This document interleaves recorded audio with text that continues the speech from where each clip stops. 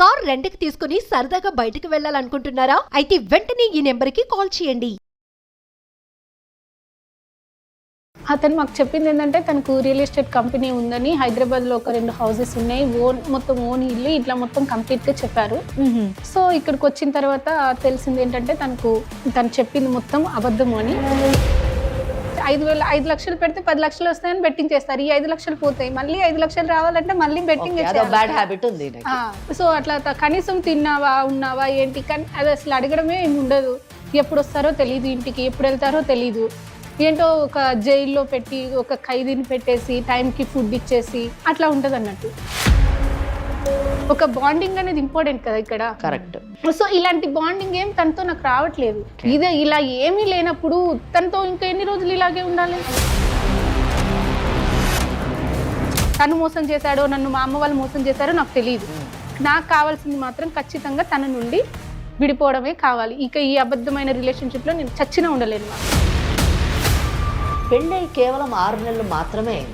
6 నెలల్లోనే నువ్వు అతన్ని పూర్తిగా అర్థం చేసేసుకోవాలి, అతను నిన్ను పూర్తిగా అర్థం చేసేసుకోవాలి. లేదు కాబట్టి విడిపోతాము, నాకు అక్కర్లేదు అని చెప్పడం ఎంత మటుకు సమంజసం ఒక్కసారి ఆలోచించాము. మీరున్నటువంటి ఆర్థిక పరిస్థితుల్లో ఒక రియల్ ఎస్టేట్ కంపెనీ ఉన్న ఓనర్ వచ్చి నన్ను పెళ్లి చేసుకుంటున్నాడు, లేదా నేను రియల్ ఎస్టేట్ ఓనర్ అని చెప్తే మీరు నమ్మడం మోసపోవడమే. చెప్పాను కదా శ్వేత, నేను పనిలో ఉన్నాను చెప్పి. ఏంటి చెప్పు, త్వరగా చెప్పు. అది కాదు, కనీసం ఒక 2 మినిట్స్ మాట్లాడే టైం కూడా లేదా నీకు నాతో? లేదనే కదా, నేను పనిలో ఉన్నాను చెప్పాను కదా నీకు. చెప్పాను నీకు. ఏం 2 మినిట్స్ కూడా నాతో మాట్లాడలేవా? అయితే ఎంత బిజీ ఇవ్వకుండా మాత్రం ఒక 2 మినిట్స్ కూడా కేటాయించేంత లేనప్పుడు ఎందుకు మరి పెళ్లి చేసుకున్నావు నన్ను? మేడం ఏమనుకోకండి, ఇది ఇంట్లో మ్యాటర్, మేము చూసుకుంటామండి. ఆ పాప తెలియక వచ్చి ఉంటుంది, మేము చూసుకుంటామండి. ఖచ్చితంగా అండి, ఇది ఇంట్లో సమస్య, దాంట్లో అసలు ఎలాంటి సందేహం లేదు. కానీ సమస్య అది ఇంట్లో దాకా ఉండేలాగా లేదు, మీ బంధమే తెగిపోయే పరిస్థితికి వచ్చింది. ఈ కార్యక్రమం యొక్క ఉద్దేశం ఇందాక జయ మేడం గారు చెప్పినట్టు బంధాలని ఇంకొంచెం పటిష్టం చేయాలనేటటువంటి కోరికే కానీ బంధాలని విడగొట్టాలన్నది మాత్రం కాదండి. అడ్వైస్ కార్యక్రమానికి స్వాగతం. నాతో పాటు అడ్వకేట్ వెంకటేశ్వరి గారు కూడా ఉన్నారు. నమస్తే అమ్మా. నమస్తే అమ్మా. అమ్మ, శ్వేత అని ఒక అమ్మాయి మన స్టూడియో దాకా వచ్చిందమ్మా. ఓకే. మీ అడ్వైస్ కోసమని. ఈ కాలంలో మనం ఎక్కువగా చూస్తున్నాం, ఒక ఇద్దరం కనిపిస్తే మాట్లాడుకునే ఫస్ట్ విషయం ఏంటంటే డివోర్స్ తీసుకుంటున్నారు. ఫస్ట్ మీతో పర్సనల్గానే మాట్లాడించేద్దాము, వేదిక దాకా అక్కర్లేదు అనుకున్నానమ్మా.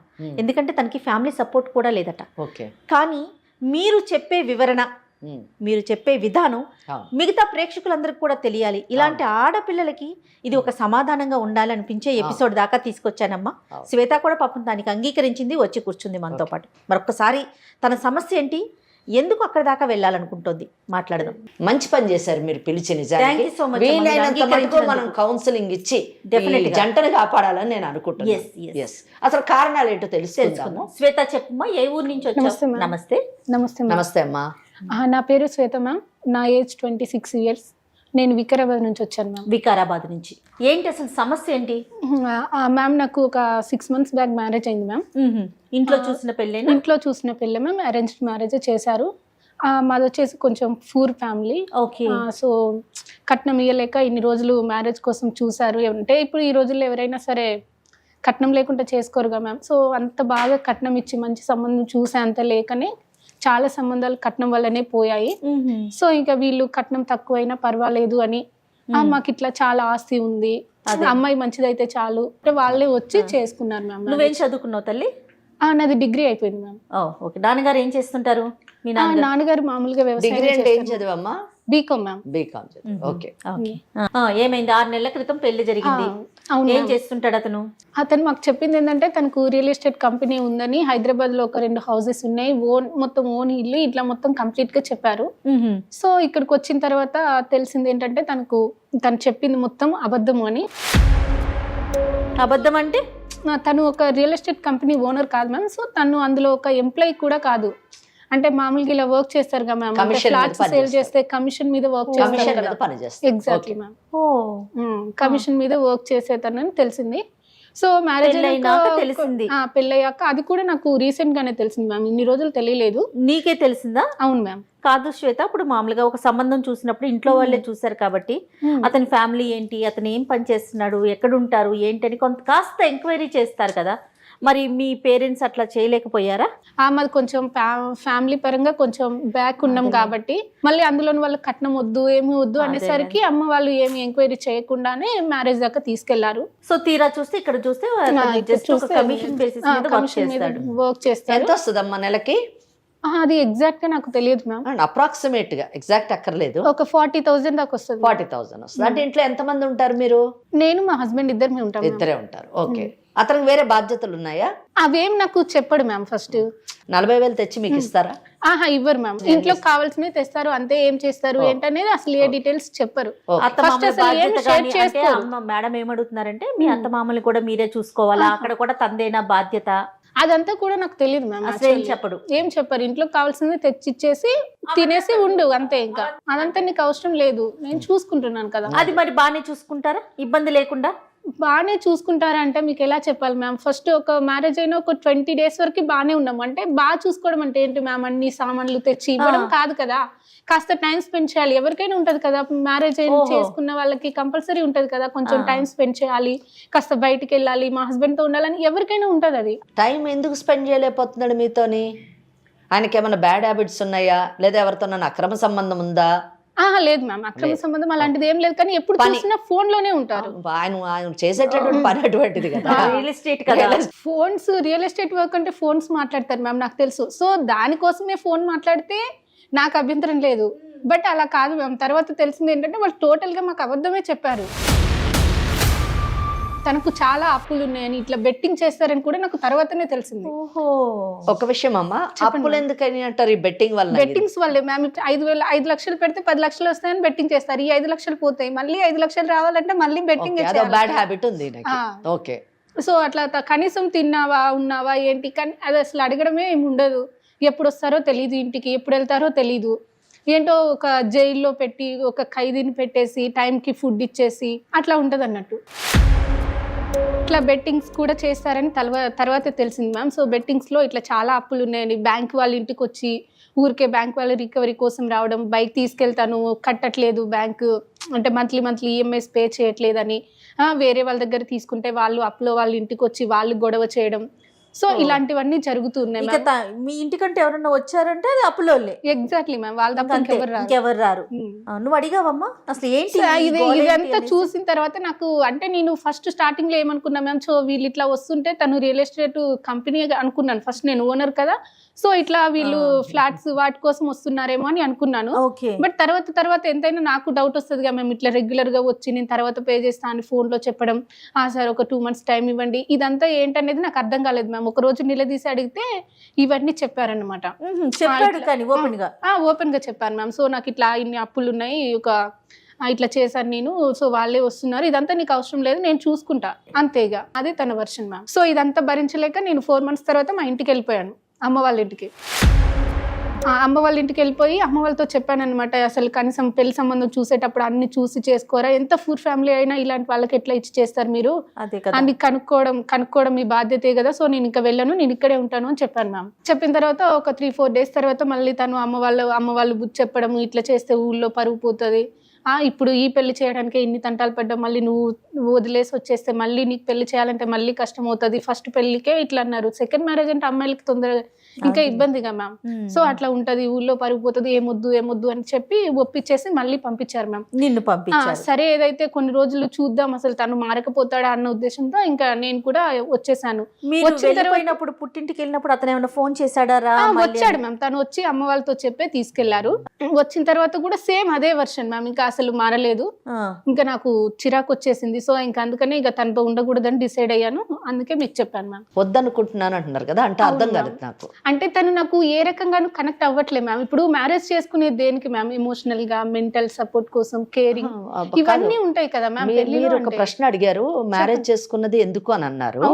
మ్యారేజ్ చేసుకున్నది ఓన్లీ నాట్ ఫైనాన్షియల్ పొజిషన్ గురించే కాదు, ఎస్ మ్యామ్. మీరు అన్నట్టుగా ఎమోషనల్ గా కానివ్వండి, వేరే ఏ విధంగా కనెక్ట్ కావట్లేదు అంటే ఎమోషనల్ గా ఏ విధంగా మీకు కనెక్ట్, మీ ఉద్దేశం ఏంటి అంటే దాని మీనింగ్ ఏంటి నాకు అర్థం కాలేదు. ఎమోషనల్ గా అంటే మ్యామ్ ఇప్పుడు పెళ్లి చేసుకున్న తర్వాత ఎవరైనా ఏమనుకుంటారు మ్యామ్, హస్బెండ్ తో టైం స్పెండ్ చేయాలి, అన్ని చెప్పాలి, తనకు ఒక మోరల్ సపోర్ట్ లా ఉండాలి అని ఎవరైనా అనుకుంటారు. సో తను కూడా అన్ని నాకు చెప్పాలి, నేను తనతో అన్ని చెప్పాలి. ఎందుకంటే ఇప్పుడు ఒక అమ్మాయి ఒక ఫ్యామిలీని వదిలేసి హస్బెండ్ దగ్గరకు వస్తుంది అంటే ఫ్యామిలీలో ఎన్నో రిలేషన్స్ ఉంటాయి మ్యామ్. సో అవన్నీ కాకుండా హస్బెండ్ తో పెళ్ళైన తర్వాత ఆ రిలేషన్స్ అన్ని అమ్మాయి తన హస్బెండ్ లోనూ చూసుకుంటుంది. హస్బెండ్ గానీ బ్రదర్, సిస్టర్, మదర్, అన్ని రిలేషన్స్ చూసుకుంటది. నేను చెప్పేది వినాలి, కనీసం నాతో టైం స్పెండ్ చేయాలి. మాది లవ్ మ్యారేజ్ కాదు మ్యామ్, అరేంజ్ మ్యారేజ్. సో నా గురించి తను తెలుసుకోవాలి, తన గురించి నేను తెలుసుకోవాలి, ఇలా కంపల్సరీ ఎవరికైనా ఉంటది కదా మ్యామ్. సో ఇలాంటి ఏమి లేవు. ఏదో నేను జస్ట్ ఫుడ్ కోసమే వచ్చినట్టు వండేసుకొని తినేసి పడుకుంటే సరిపోతుందా మ్యామ్? ఒక బాండింగ్ అనేది ఇంపార్టెంట్ కదా ఇక్కడ. కరెక్ట్. సో ఇలాంటి బాండింగ్ ఏం తనతో నాకు రావట్లేదు. తను నాకు ఆ ఛాన్స్ ఇవ్వట్లేదు. పోనీ నేను తన్ని అండర్స్టాండింగ్ చేసుకొని ఉందామన్నా తను నాకు ఆ ఛాన్స్ ఇవ్వట్లేదు. ఇదే ఇలా ఏమీ లేనప్పుడు తనతో ఇంకా ఎన్ని రోజులు ఇలాగే ఉండాలి? దేనికోసం ఉండాలి? ఫస్ట్ నేను ఫుడ్ కోసమా? అదైతే మా ఇంటి దగ్గర కూడా ఉంటది కదా మ్యామ్. అవును. అందుకనే ఇంకా నేను తనతో ఉండలేను అనేసి నేను మాట్లాడాను మ్యామ్. మీరు చెప్పిన దాంట్లోనే మీ వయసు 26 సంవత్సరాలు అన్నారు కదా. మిమ్మల్ని పెంచినటువంటి తల్లిదండ్రులు మీకు ఈ సంబంధం కరెక్ట్ సంబంధం అని చెప్పి మీకు ఇచ్చి పెళ్లి చేశారు. అంటే ఏంటి, మిమ్మల్ని బాగా అర్థం చేసుకోవడానికి 26 సంవత్సరాలు మిమ్మల్ని పెంచినటువంటి తల్లిదండ్రులు దే టుక్ 26 years 26 సంవత్సరాలు తీసుకొని ఈ అబ్బాయికి ఇచ్చి పెళ్లి చేశారు కదా. అంటే మరి వాళ్ళు మిమ్మల్ని అర్థం చేసుకోలేదని అనుకోవాలా అన్న ఒక ప్రశ్న నాలో తలెత్తింది ఒకటి. రెండోది, మీరు ఇతన్ని మీరు అర్థం చేసుకోవడానికి లేదా మీరు అతన్ని అర్థం చేసుకోవడానికి 6 నెలలు సమయం సరిపోదేమో వెన్ కంపేర్డ్ టు 26 years అని అన్నది ఒక విషయం మనం గుర్తుపెట్టుకోవాలి. మీరు ఆయనకు అప్పులు ఉన్నాయని మీరు చెప్పారు, అది తెలుసుకున్నారు మీరు, అతను మీకు చెప్పలేదు, మీరు తెలుసుకున్నారు. అప్పులోళ్ళు మీ ఇంటికి వస్తే అతన్ని పిలిచి బయట అడుగుతున్నారు, లేదా ఆయన లేనప్పుడు మిమ్మల్ని మేము పలానా బ్యాంకు నుంచి వచ్చామని చెప్తున్నారు. కానీ అతను ఏ రోజు వచ్చి నాకు ఇన్ని అప్పులు ఉన్నాయి నాకు, నువ్వు నీ పుట్టింటికి పోయి తీసుకొని రా, లేకపోతే నీకున్న బంగారం అమ్ము అని చెప్పేసి ఏ రోజు కూడా నేను మిమ్మల్ని అతను అడగలేదు. తన బాధ లేదు, తన పడుతున్నాడు కానీ మిమ్మల్ని ఇబ్బంది పెట్టలేదు. అడిగారు. ఇక్కడ మీరు రియల్ ఎస్టేట్ ఓనర్ని పెళ్లి చేసుకుంటున్నాను అని మీరు అనుకున్నారు. ఆయన రియల్ ఎస్టేట్ ఓనర్ అని చెప్తే మీరు నమ్మేశారు. ఎలా నమ్ముతారమ్మా? రీకు తగ్గట్టుగా ఏదో 40,000 ఎర్న్ చేసుకునేటటువంటి వాడు వచ్చాడు, వివాహం చేసుకున్నాడు, నిన్ను కష్టపెట్టకుండా తన బాధలే తాను పడుతున్నాడు, నిన్ను నేను చూసుకుంటాను, నువ్వేమి ఇంటర్ఫియర్ కాకు అని అంటున్నాడు. ఇక్కడ మటుకు బాణం. ఇంకొకటి, పెళ్ళై కేవలం 6 నెలలు మాత్రమే అయింది. 6 నెలల్లోనే నువ్వు అతన్ని పూర్తిగా అర్థం చేసేసుకోవాలి, అతను నిన్ను పూర్తిగా అర్థం చేసేసుకోవాలి, లేదు కాబట్టి విడిపోతాము, నాకు అక్కర్లేదు అని చెప్పడం ఎంత మటుకు సమంజసం ఒక్కసారి ఆలోచించాము. అయితే మీరు ఇందాక ఒకటి చెప్పారు, నన్ను కూడా అడిగాడు డబ్బులు తీసుకురమ్మని అని అంటున్నారు. మీరు ఏమన్నాడమ్మా చెప్పండి. నాకున్న గోల్డ్ అంటే పెళ్లిలో పెడతారు కదా మ్యామ్, అంటే అమ్మ వాళ్ళు కానీ అత్తయ్య వాళ్ళు కానీ పెట్టిన గోల్డ్ మొత్తం అమ్మేసి కట్టేశారు. మొత్తం గోల్డ్ అంటే ఎంత అప్పు ఉందమ్మా ఆయనకి? అంటే అప్పు ఎంత ఉందో తెలియదు కానీ మ్యామ్, నా దగ్గర ఉన్న 10 తులాలు గోల్డ్ అమ్మేశాడు. ఏమని చెప్పి తీసుకున్నాడు? అది మామూలుగా బిజినెస్ కోసం ఇట్లా కావాలి అని చెప్పారు. ఇప్పుడు ఫస్ట్ మాకు చెప్పలేదు మ్యామ్, ఫస్ట్ చెప్పిన అన్ని అబద్ధాలే. ఇట్లా అంటే నన్ను మోసం చేసినట్టేగా మ్యామ్. ఫస్ట్ ఉన్నట్టు వచ్చి మాకు ఇంతే ఉంది, నాకు 40,000 వస్తాయి, ఇవన్నీ చెప్తే మేము యాక్సెప్ట్ చేసేవాళ్ళం. నేనేదో కోటీశ్వరిని చేసుకునేదాన్ని అని కాదు కదా మ్యామ్. అంటే నా ఫ్యామిలీ ఏంటో నాకు తెలుసు, మేము ఏ సిచ్యువేషన్ లో ఉన్నామో తెలుసు. సో అన్ని తెలిసి నేను కోట్లున్న చేసుకోవాలని ఏ అమ్మాయి అనుకోదు కదా మ్యామ్. సో 40,000 కోట్లున్న అమ్మాయిని చేసుకోవాలని ప్రతి అమ్మాయి కలగంట తప్పలేదు. అది సో నా సిచ్యువేషన్ నాకు తెలుసు కదా. కానీ మీ విషయంలో నేను అనేది, నేను కూడా మీతో ఏకీభవిస్తున్నాను. ఏమనంటే మీరు మోసపోయారు అన్నది ఫస్ట్ స్టెప్ నేనే చెప్తున్నాను. ఏ విషయంలో? మీరున్నటువంటి ఆర్థిక పరిస్థితుల్లో ఒక రియల్ ఎస్టేట్ కంపెనీ ఉన్న ఓనర్ వచ్చి నన్ను పెళ్లి చేసుకుంటున్నాడు, లేదా ఆయన నేను రియల్ ఎస్టేట్ ఓనర్ అని చెప్తే మీరు నమ్మడం మోసపోవడమే. అంతే కదా. ఆయన మోసం చేయడం, మీరు మోసపోవడం, నేనే చెప్తున్నా. అదే అంటున్నారు మేడం కూడా. కానీ దాని అర్థము మీకు ఒక రియల్ ఎస్టేట్ ఓనర్ వచ్చి పెళ్లి చేసుకోకూడదని కాదమ్మా. మీ అదృష్టం బాగుంటే అటువంటి వాళ్ళు కూడా వచ్చి రావచ్చు, రాకూడదని లేదు. రావాలని ప్రతి అమ్మాయి కోరుకోవాలి కూడా, ప్రతి అమ్మాయి కలగంటది కూడా.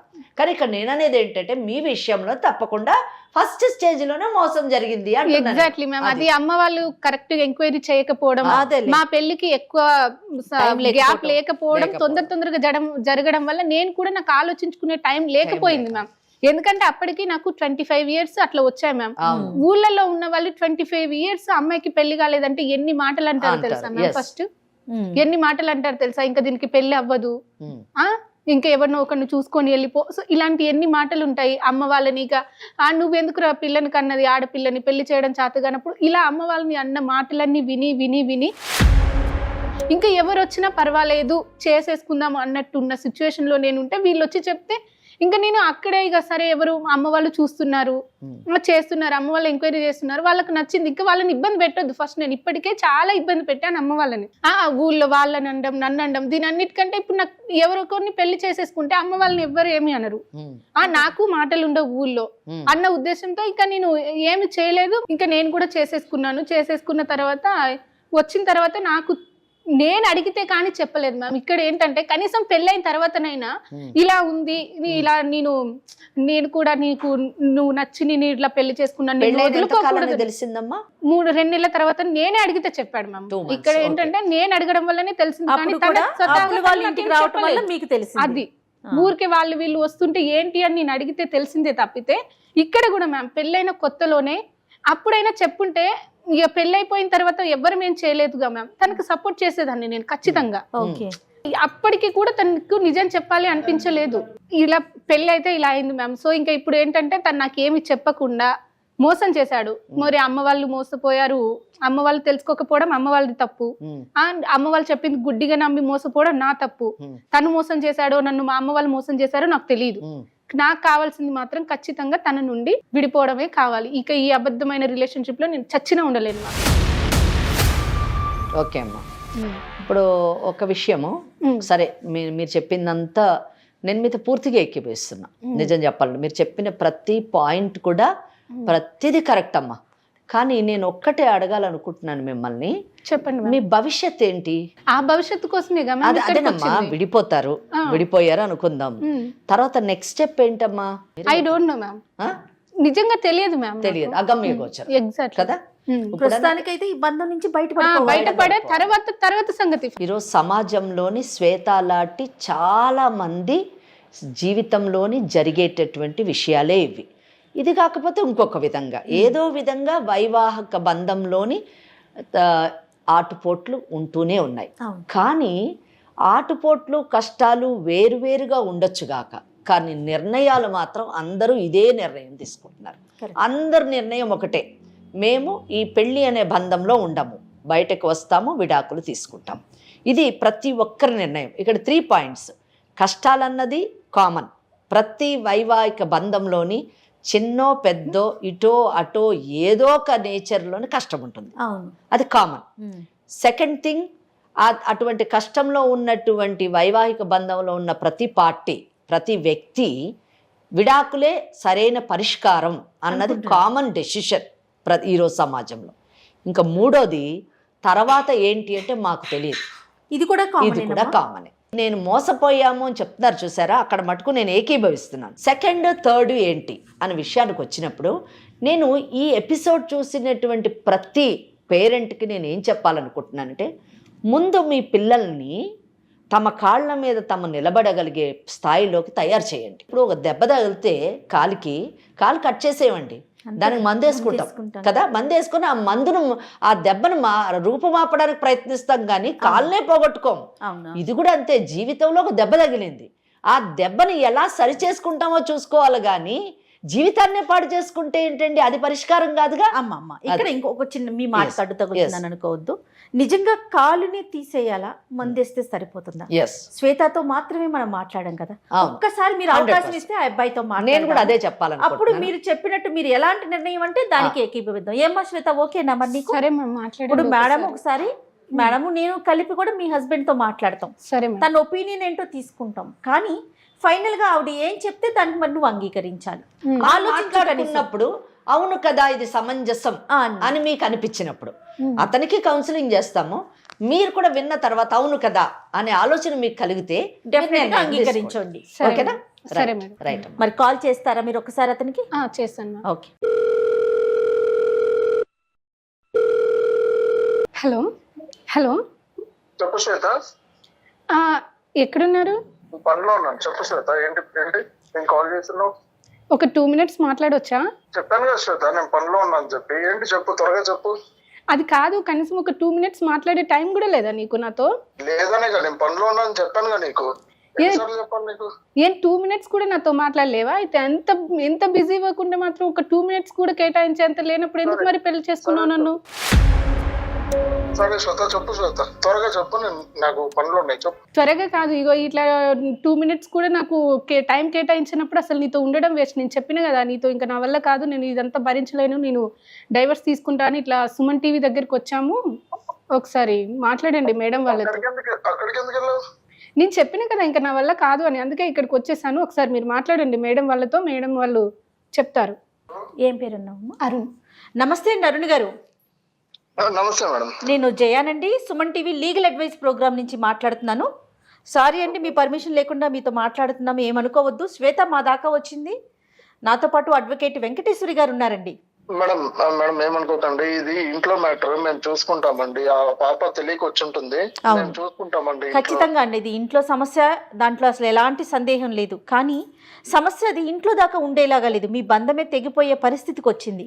ఈ వేదిక బంధాలని పనులు ఉన్నాయి, నాకు చాలా పనులు ఉన్నాయి, నాకు చాలా బాగా అంటే అందరికీ పనులు ఉంటాయండి, మీకే కాదు పనులు, ప్రతి ఒక్కరికి పని ఉంటుంది. నాకు పని ఉంటుంది, శ్వేతకి పని ఉంటుంది. Madam advocate, senior most advocate, ఆవిడ ప్రతి క్షణం కూడా వాల్యుబుల్ అనమాట. కాబట్టి దయచేసి కొంచెం ఓపికతో ఉండండి. మీ బంధాన్ని ఏదో విడగొట్టాలనో దాన్ని తీసేయాలనో మా ఉద్దేశం కాదండి. బంధాలని అనుబంధాలని కలిపే వేదికే Suman TV legal advice programme.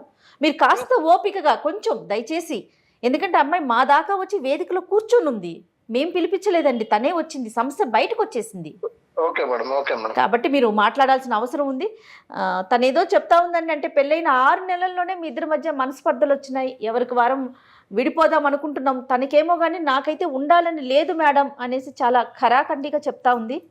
అసలు సమస్య ఏంటో తెలుసుకోవచ్చండి. మేడం మనస్పర్ధలు అంటూ ఏం లేదు మేడం, నాకు చాలా ప్రాబ్లమ్స్ ఉన్నాయి మేడం చెప్పాలంటే. ప్రాబ్లమ్స్ అంటే ఎట్లా అండి? మనస్పర్ధలు అంటూ తనకి నాకు ఏ మనస్పర్ధలు లేవు. నాకు చాలా ప్రెషర్స్ ఉన్నాయి, ఆఫీస్ నుంచి చాలా ప్రెషర్స్ ఉన్నాయి. నేను అవన్నీ షేర్ చేసుకుంటే ఇంట్లో తను ఫీల్ అవుతుంది, నేను బాధపడాల్సి వస్తుంది తనని చూసి. సో అది నేను అన్ని షేర్ చేసుకోదలుచుకోలేదు తనతో. ఓకే. సో తనని బాధ పెట్టాలని అస్సలు లేదు నాకు. ఓకే. అది అండి. అంటే ఇప్పుడు తను చెప్పడం, మీకు రియల్ ఎస్టేట్ కంపెనీ ఉందని చెప్పి ముందు పెళ్లికి ఒప్పుకోవటం జరిగింది. తీరా నేను వస్తే తను రియల్ ఎస్టేట్ కంపెనీలో ఒక ఏజెంట్గా మాత్రమే పనిచేస్తున్నాడు, చాలా అప్పులు ఉన్నాయి, నాతో ఒక్క నిమిషం కూడా స్పెండ్ చేయలేకపోతున్నాడు, ఇలాంటి రిలేషన్ అవసరమా నాకు అని అనిపిస్తోందని అంటోందండి శ్వేత. తన వర్షన్ అయితే ఆ విధంగానే ఉంది. అవునండి, నేను చెప్పింది నిజమే, కానీ నాకు రియల్ ఎస్టేట్ కంపెనీ కాదండి. నేను నా జాబ్ పర్పస్ ఏంటంటే, నేను జస్ట్ ఎవరన్నా వస్తే బ్రోకర్ వైజ్ టైప్ నేను సైట్ చూపించి నేను అమ్మిపిస్తానండి. అమ్మిపించే దాంట్లో నాకు మంత్లీ ఒక 40,000 శాలరీ వస్తుందండి. ఓకే. ఓకే. అంటే ఇన్ని అమ్మితే ఇంత అట్లా కాదండి, మీకు ఫిక్స్డ్ శాలరీ కింద పే చేస్తున్నారా? కమిషన్ కింద ఫిక్స్డ్ శాలరీ అండి, నాకు 40,000 ఫిక్స్డ్ శాలరీ. ఓకే. మరి సరే, శాలరీ బాగుంది 40,000, మరి అప్పులు ఎన్ని ఉన్నాయండి? మేడం అవి నేను బయట చెప్పుకోదలుచుకోలేదు. ఎందుకు అంటే మీరు పదే అదే మాట అంటున్నారండి. చెప్పుకోవలసిన పరిస్థితి వచ్చేసింది. ఒక అడ్వకేట్ ముందు కూర్చొని ఉందండి మీ వైఫ్, మీరు సమస్యను చాలా చిన్నగా చూసుకుంటున్నారు. మీకు అర్థమైందో లేదో? మేడం పెళ్లికి దాదాపు 11 లక్షలు ఖర్చు అయింది మేడం నాకు. మీకు అయింది? ఓకే. 11 లక్షలు ఖర్చు అయింది అంటూ నేనేం చేశానంటే, ఆస్తో ఏం చేశానంటే ఒక చెడలో బెట్టింగ్ అనేది ఒకటి ఆడాను. ఎందుకు? పెళ్లి చేసుకోవటం కోసం, ఆ డబ్బుల కోసం బెట్టింగ్ ఆడారా? అందులో లేదండి, యాక్చువల్ గా నాకు నాతో తిరిగే వాళ్ళు ఆడుతా ఉండి నన్ను ఆడిపించడం జరిగింది. అందులో నేను పోగొట్టుకోవడం జరిగింది. 5 లక్షలు 10 లక్షలు అట్లా పెంచుకుంటూ అది 30-40 లక్షల దాకా దారి తీస్తుంది నాది. సో అది నేను ఇంట్లో చెప్పుకోలేక ఇట్లాంటివన్నీ ప్రాబ్లమ్స్ ఫేస్ చేయాల్సి వస్తుంది. నేను ఇంకా క్రెడిట్ కార్డులు అన్ని తీసి దానికి కట్టి అట్లా ఇంట్రెస్ట్లు అంతా పెరిగిపోయినాయి. చాలా ఉందండి నాకు. నేను అట్లనేసి ఇంట్లో చెప్పుకొని తనని బాధ పెట్టాలని అస్సలు లేదు నాకు. ఓకే. కాదండి, ఇంతవరకు చాలా ఫెయిర్ గా ఒప్పుకున్నారు, బాగుంది. కానీ అబద్ధం చెప్పి పెళ్లి చేసుకున్నారు కదా, ఈ మాటకే అమ్మాయి బాధపడుతుంది కదా మరి? శ్వేత? మేడం అట్లాని కాదు మేడం, నేను అబద్ధం చెప్పాలని కాదు, తను నాకు నచ్చింది, సో అందుకనేసి నేను అబద్ధం చెప్పి మరి పెళ్లి చేసుకోవాల్సి వచ్చింది. కాదండి, నచ్చితే ఒక కంపెనీకి ఓనరు, ఒక కంపెనీలో పని చేసే వాళ్ళకి తేడా లేదండి, చెప్పండి. అది అంటారు కదండి, 100 అబద్ధాలైనా చేసి ఒక పెళ్లి చేయమని చెప్తారు కదండి. అట్లా చేసి నేను ఇంకేదో ఒకటి ఆ బాబుని శ్వేతను సాధించుకోవాలి అని చెప్పి నేను అదే నేను అంటున్నాను, 100 అబద్ధాలు చెప్పి ఒక పెళ్లి చేసుకోవచ్చు, కానీ ఆ పెళ్లి ముందుకు వెళ్ళాలి కదా. చెప్పే అబద్ధం ఏ విధంగా ఉండాలి? కంపెనీ ఓనరు, కంపెనీలో పనిచేసే వాళ్ళు ఒకటవుతామా చెప్పండి? ఇంకా తనని దక్కించుకోవడం కోసం నాకేం చేయాలో తెలియదండి. ఇంకా మీరు దక్కించుకోవాలనుకున్నారు, తన మనసుకి ఎంత గాయం అయ్యింది. ఇప్పుడు అసలు అమ్మాయికి ఏ విధంగా చెప్పి పంపించాలి? మీతో ఫోన్ మాట్లాడక ముందే మేడం మ్యాక్సిమం ఎంత ఒక ఆడపిల్లకి ఏమేమి చెప్పాలో అవన్నీ చెప్పాం, కానీ ఒకసారి మీతో మాట్లాడాలని చెప్పి మేడం దగ్గర పర్మిషన్ తీసుకొని మరి మీకు నేను కాల్ చేయించాను. ఒకసారి మేడంతో కూడా మాట్లాడండి. మేడం పేరు వెంకటేశ్వరి గారు, అడ్వకేట్ అండి, senior advocate madam. Arun madam నమస్తే మేడం. నమస్తే అరుణ్.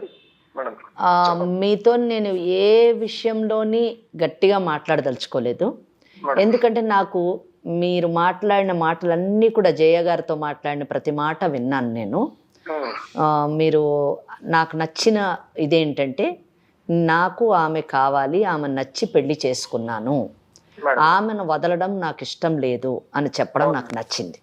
ఎందుకంటే ప్రస్తుత సమాజంలోని మనం ఏదైనా సంపాదించవచ్చండి, మనల్ని ప్రేమించే వ్యక్తిని సంపాదించడం చాలా కష్టం. అది 1000 కోట్లతో సమానం, లక్షల కోట్లతో సమానం. అటువంటి వ్యక్తి భర్తగా మన శ్వేతకి లభించడం చాలా అదృష్టం. ఇక్కడ మటుకు బాగుందండి. కానీ నేను ఒకటి అడగదలుచుకున్నాను. ఈ అమ్మాయి మా దగ్గరికి వచ్చి, శ్వేత నేను ఈ వ్యక్తితో నేను ఉండలేను, ఎందుకంటే అప్పులు పాలైపోయినటువంటి ఈ వ్యక్తి గురించి అప్పులోళ్ళు రోజు ఇంటికి వస్తున్నారు, వచ్చి మా సంగతి ఏంటి అని అడుగుతూ ఉన్నారు. దానికి కూడా నాకు బాధ లేదు, నన్ను మోసం చేసి పెళ్లి చేసుకున్నారు ఫస్ట్ పాయింట్. కనీసం ఇప్పుడు కూడా ఇమోషనల్గా ఆయన నాకు కనెక్ట్ కాలేదు, అంటే కనీసం తన కష్ట సుఖాలు నాతో పంచుకోవట్లేదు, నాకు ఆయన అప్పులు ఉన్నాయి, నాకు ఈ బాధలు ఉన్నాయి అని కనీసం నాకు చెప్పను కూడా లేదు. కేవలం నన్ను ఒక మరమనిషిలాగా తిండి పెడితే సరిపోతుందా?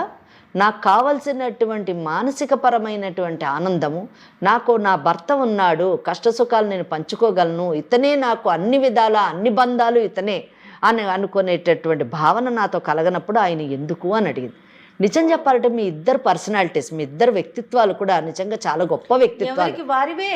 ఎంత గొప్ప విషయం. ఆ అమ్మాయి, ఆ శ్వేత భార్య, నాకు 1000 కోట్లు ఇచ్చేటటువంటి భర్త లేడండి, నన్ను ఒక రియల్ ఎస్టేట్ కంపెనీ ఉందని చెప్పి మోసం చేసి పెళ్లి చేసుకున్నాడు, ఆయన రియల్ ఎస్టేట్ కంపెనీ లేదు కాబట్టి వదిలేస్తాను అని అనట్లేదు.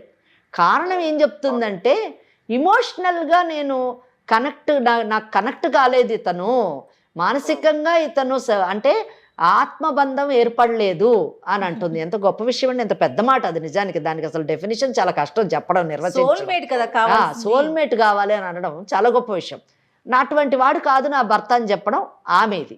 మీరేమో నాకు ఇష్టమైనటువంటి అమ్మాయిని చేసుకున్నాను, ఆ అమ్మాయిని కష్టపెట్టకూడదు, నా కష్టాలు ఏదో నేనే పడాలి, ఆమెను వదులుకోవడం నాకు ఇష్టం లేదు అని చెప్పడం మీరు పెద్ద మనసుతోని మాట్లాడటం.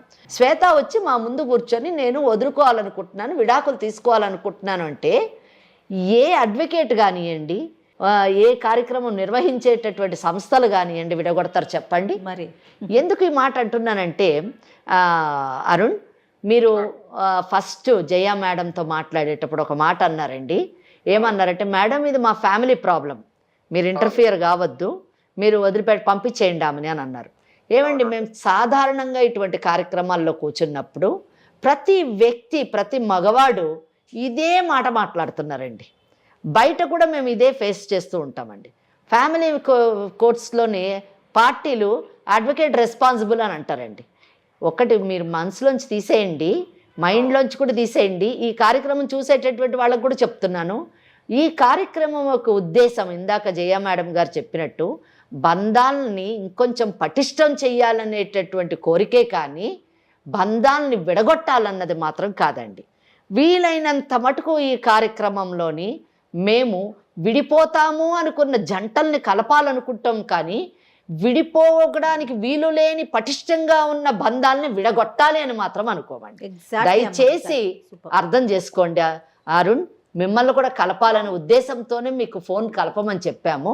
మిమ్మల్ని కలపాలి అంటే ఆ అమ్మాయిని నేను కన్విన్స్ చేయాలంటే నేను కానివ్వండి, జయ గారు కానివ్వండి, నాకు ఒక్క డౌట్, ఒక్కటి మాకు అడ్డొస్తుందండి. మీరు ఫస్ట్ 2 బెట్టింగ్ అనేటటువంటి వ్యసనాన్ని వదిలేశారా లేదా, వదిలేటటువంటి అవకాశం ఉందా లేదా, ఫస్ట్ థింగ్. సెకండ్ డౌట్, మీకున్నటువంటి 40 లక్షల అప్పుని ఎలా తీరుస్తారు, 40,000 జీతంతో ఎలా తీరుస్తారు. రెండోది, అన్లెస్ అండ్ అంటిల్ మీకు ఈ అప్పులు అనేటటువంటి బాధల నుంచి మీరు బయటపడితేనే కానీ మీ భార్యను మీరు ఎంత ప్రేమిస్తున్నారు అన్నది మీరు ప్రకటించలేరు, మీరు చూపించలేరు. ఎందుకంటే మీకు ఈ టెన్షన్స్ ఎక్కువైపోయి మీరు ఆమెతోని ఇమోషనల్గా కనెక్ట్ కాలేకపోతున్నారని నేను అనుకుంటున్నాను. కనుక ఈ 3 ప్రశ్నలకి నాకు కరెక్ట్ సమాధానం వస్తే ఆ సమాధానాలు నిజానికి శ్వేతాన్ని కూడా కన్విన్స్ చేస్తాయి. శ్వేత లాగా జీవితాన్ని అంత ప్రాక్టికల్గా, అంత లాజికల్గా చూసినటువంటి అమ్మాయిలు చాలా అరుదు. అటువంటి అరుదైన అమ్మాయిల్లోని మీ భార్య ఒకరండి. వయసు చాలా తక్కువ, వయసు 26 సంవత్సరాలు. సో తప్పకుండా మీ యొక్క మాటలు కన్విన్సింగ్గా ఉంటాయి, మీ సమాధానాలు నిజానికి కన్విన్సింగ్ ఉంటే తప్పకుండా ఆమె కూడా తన జీవితాన్ని మీతో కొనసాగిస్తుందని అనుకుంటున్నాను. ఈ 3టికి నాకు సమాధానం చెప్పండి. మేడం, ఒకటి మేడం, నాకు ఇన్ని అప్పులున్నా తనతో ఏది చెప్పుకోలేదు, తన ఇబ్బంది పెట్టాలని కాదు. ఇంకొకటి, తన మనసు ఎక్కడ బాధపడుతుందో ఇంకెవరన్నా వచ్చి తనని అడుగుతారో అని చెప్పి నేను ఇంతవరకు ఏది షేర్ చేసుకోలేదు. చాలా గొప్ప విషయం అండి ఇది నిజానికి. తనని ఇష్టపడి పెళ్లి చేసుకున్నా కాబట్టి తనకి ఏది చెప్పకూడదు అనుకున్నా. ఎందుకు అంటే రేపనే రోజు తనకి ఏ ఇబ్బంది రాకూడదు అని చెప్పి నేను ఆలోచించడం జరిగింది మేడం. చాలా సంతోషం అండి అది. సో బెట్టింగ్ ఎందుకు ఆడానంటే, ఇంకా మా ఫ్రెండ్స్ ఇంకా బయట తిరుగుతూ ఉంటాము, అట్లా నాకు ఫ్రెండ్స్ కొంచెం ఉన్నారు. సో వాళ్ళు ఏంటంటే ఇంకా ఆడుతూ ఉంటారు ఫోన్ లో, ఏదేదో బెట్టింగ్ లో ఆడతారు. సో దాని త్రూ నాకు ఇంకా వాళ్ళు ఆశ పెట్టడం వల్ల నాకు స్టార్టింగ్ ఆడానండి. నేను 2,000 పెట్టి ఆడితే అది ఒక 9,000 అట్లా వచ్చింది. సో అది ఇంకేం చేసేది, ఇంకా ఎక్కువ వస్తుంది కదా అని చెప్పి నేను దాంట్లో దిగడం జరిగింది. సో అది వస్తా ఉంది, అమౌంట్ పెట్టడము రావడము అది జరుగుతూనే ఉంది. సో ఒకేసారి నేను ఏం చేశానంటే 5 లక్షలు 10 లక్షలు పెట్టేశారు. నా దగ్గర ఉన్న మనీ అంతా పెట్టడం జరిగింది. 5 లక్షలు 6 లక్షలు. అవును, దాని వల్ల నష్టపోతామన్న విషయాన్ని మీరు తెలుసుకున్నారా లేదా? ఇంకా నాకు ఇప్పుడు తెలుసుకున్న లాభం లేకుండా పోతుంది మేడం. అంటే ఏంటి, మీరు ఇంకా ఇన్వెస్ట్ చేయాలని అనుకుంటున్నారు? అలాగా ఇన్వెస్ట్ చేసే కూడా నా దగ్గర డబ్బులు లేదు మేడం. సరే, రేపటి రోజు మళ్ళీ చాలా డబ్బు వస్తుంది అనుకుందాము. ఈ బెట్టింగ్ ని మీరు కంటిన్యూ చేస్తారా అండి? తను నాతో ఉంటాను, సంతోషంగా ఉంటాను అంటే అదన్నీ వదిలేసి తనతో ఉండగలుగుతాను మేడం. ఓకే, సరే. చాలా ఇబ్బందులు ఉన్నాయి మేడం. అవును, మరి అదే అప్పులు ఎలా తీరుతాయి చెప్పండి? అది అదే మేడం, నాకు తలకాయ నొప్పి, అది పెద్ద తలకాయ నొప్పి అయిపోయింది. అదే మరి ఎలాగ, మరి ఈ 40 లక్షల అప్పులు మీరు ఎలా తీరుస్తారు? ఆమెతో మీరు ఎలా సంతోషంగా ఉండగలుగుతారు? మేడం, ఒకటి మేడం, నా భార్య 10 తులాలు బంగారు తన దగ్గర నేను సపోర్ట్ గా, నాకు వేరే బిజినెస్ ఉంది, ఆ బిజినెస్ లో ఇన్వెస్ట్ చేస్తానని చెప్పి తీసుకోవడం జరిగింది. ఓకే, కానీ మీకు ఏ బిజినెస్ లేదు? అదే ఏది మన ఆ బెట్టింగ్ బిజినెస్. బాగా చెప్పారు. 7 లక్షలు క్లియర్ చేయడం జరిగింది. 7 అంటే ఇంకా 33 లక్షలు ఉంది.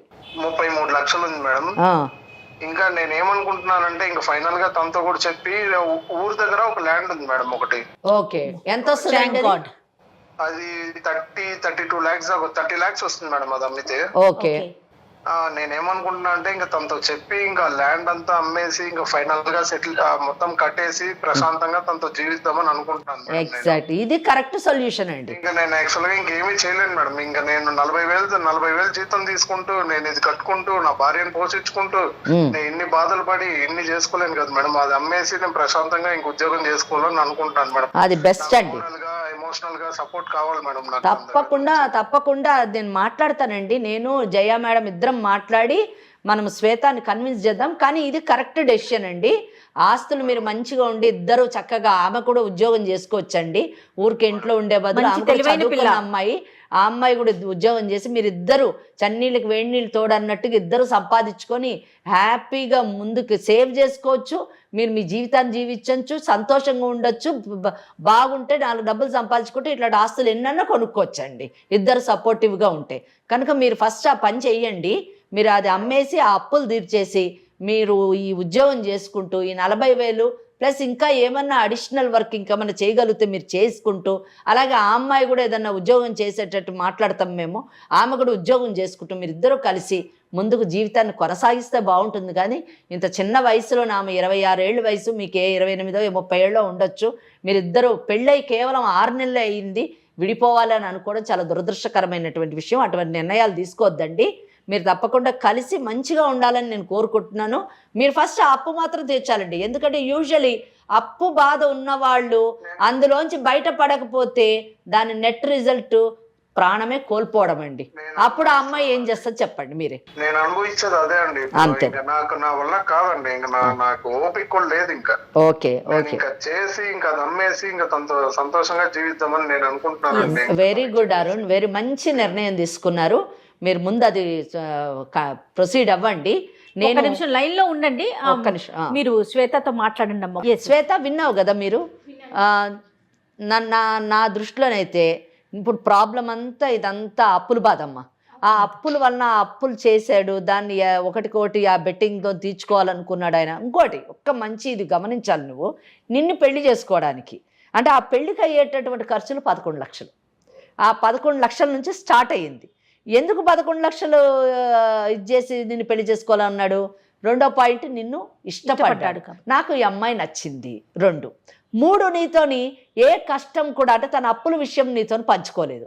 ఎందుకు పంచుకోలేదు అంటే నా కష్టాలు ఏదో నేనే పడతాను, తనకి చెప్పి తనని బాధ పెట్టడం నాకు ఇష్టం లేదు మేడం. సో ఇవన్నీ కూడా నువ్వు తెలివైన అమ్మాయివి, చదువుకున్న అమ్మాయివి, పేద కుటుంబం నుంచి వచ్చిన దానికి కష్టం నష్టం తెలిసినటువంటి అమ్మాయివి కాబట్టి మీ అమ్మ నాన్నని ఎలా అర్థం చేసుకున్నావో. ఇప్పుడు ఉన్నవాళ్ళు తల్లిదండ్రులు పిల్లలకి ఎన్నో లగ్జరీస్ ఇస్తారు, ఎంతో గొప్ప జీవితాన్ని ఇస్తారు. 10 రూపాయల దగ్గర 100 రూపాయలు ఖర్చు పెడతారు. లేని తల్లిదండ్రులు తక్కువ ఇచ్చినా కానీ ప్రేమతో ఇస్తారు. బిడ్డలు అర్థం చేసుకుంటారు ఆ కుటుంబాలను. అలాగే నువ్వు కూడా అలా అర్థం చేసుకుని పెరిగినటువంటి అమ్మాయివి కాబట్టి నువ్వే చెప్పావు పెళ్ళైన తర్వాత భర్తే అన్నీ అని అన్నావు. కాబట్టి ఈ భర్తను కూడా నువ్వు అర్థం చేసుకుంటావని నేను అనుకుంటున్నాను.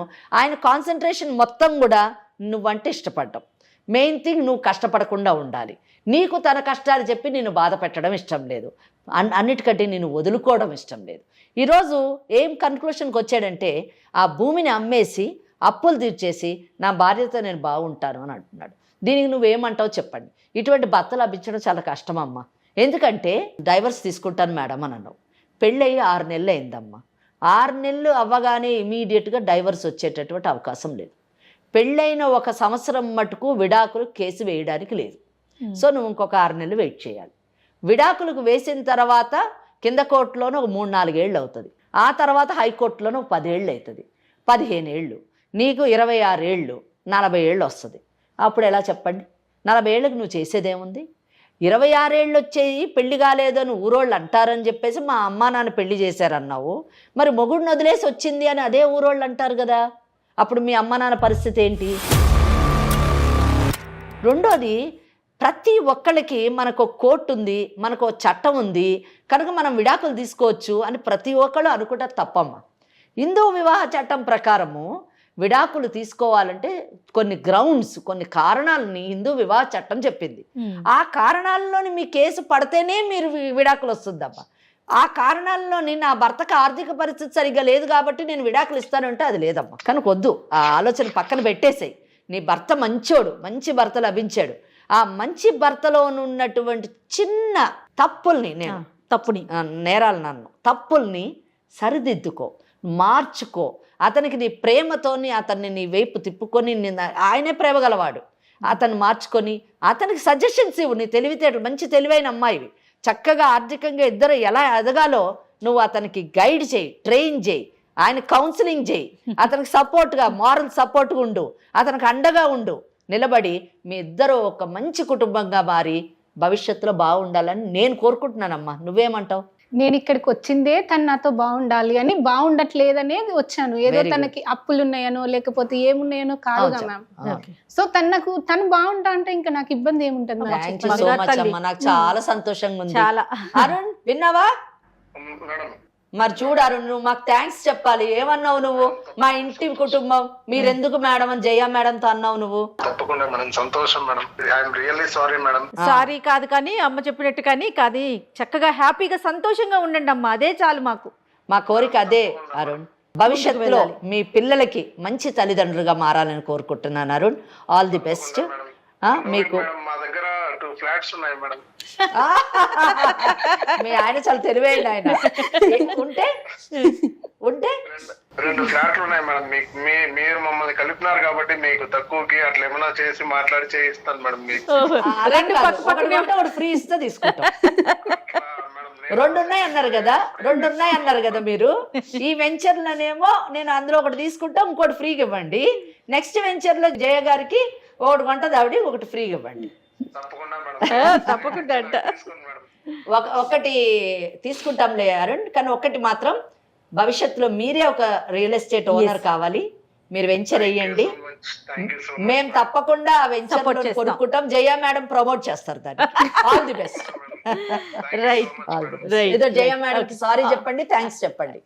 చాలా నేను చెప్పలేను కానీ చాలా సంతోషం ఉంది మేడం. మీరు మాకు కూడా అరుణ్ చాలా కేసెస్ మేడంతో కలిపి కూర్చుంటాను నేను కూడా. చాలా వరకు చాలా క్రిటికల్గా అనిపిస్తూ ఉంటాయి, కానీ చాలా ఇంత తొందరగా సార్ట్ అవుట్ అవటం, అట్లనే శ్వేత కూడా అర్థం చేసుకోవటం. ఒక్క విషయం చెప్తాను నేను. మేడం కూడా ఈ పాయింట్ టచ్ చేయలేదు. ప్రేమ అనేది మనసులో దాచుకుంటే కనిపించదమ్మా, బయటికి చూపించాలి. అమ్మాయి అయినా అబ్బాయి అయినా. భార్య అదే ఎక్స్పెక్ట్ చేస్తుంది, భర్త కూడా అదే ఎక్స్పెక్ట్ చేస్తాడు. సో ఇద్దరు వైపు ఉన్న ప్రేమని ఎక్స్ప్రెస్ చేయండి, అప్పుడు ఆ జీవితం చాలా బాగుంటుంది. ఓకే, మేడం చెప్పిన సజెషన్స్ అన్ని తీసుకోండి. ఇది ఓన్లీ ఫోన్ కాలో అని అనుకోకండి, ఓకేనా? దాన్ని పాటించండి. All the best. Sorry madam, it's okay. మాట అనేసాను నేను. పర్వాలేదు. Sorry madam. It's okay. నా భార్య నాకు అన్నీ మేడం. అంతే. ఇదిగో శ్వేత ఇంటికి వచ్చేసేమని చెప్పండి. శ్వేత, చెప్పండి. ఐఎమ్ రియల్లీ సారీ శ్వేత, నిజంగా సారీ. నా తప్పు నాకు తెలిసింది. నేను బాగా చూసుకుంటాను శ్వేత. ప్లీజ్ ఇంటికి వచ్చేసే శ్వేత, ప్లీజ్. సరే అండి, మీకు కూడా సారీ. ఓకే అండి, బాయ్. బాయ్ శ్వేత, బాయ్. బాయ్. చాలా సంతోషం అమ్మా, చాలా సంతోషంగా అనిపించింది. ఒక మంచి విషయం మాట్లాడుకునే అవకాశం వచ్చింది మనకి. అవునండి, అది మీ ద్వారా, ఈ కార్యక్రమం ద్వారా, మన కార్యక్రమం ద్వారా, సుమన్ ఏర్పాటు చేసినటువంటి లీగల్ అడ్వైజ్ అనే కార్యక్రమం ద్వారా ఇన్ని కుటుంబాలని మనం కలుపుతున్నాం. అంతకు మించిన ఆనందం ఇంకోట్లేదు. సంతోషం అమ్మా. నమస్తే. ఓకే అమ్మా, bye. Thank you ma'am. Thank you అమ్మా.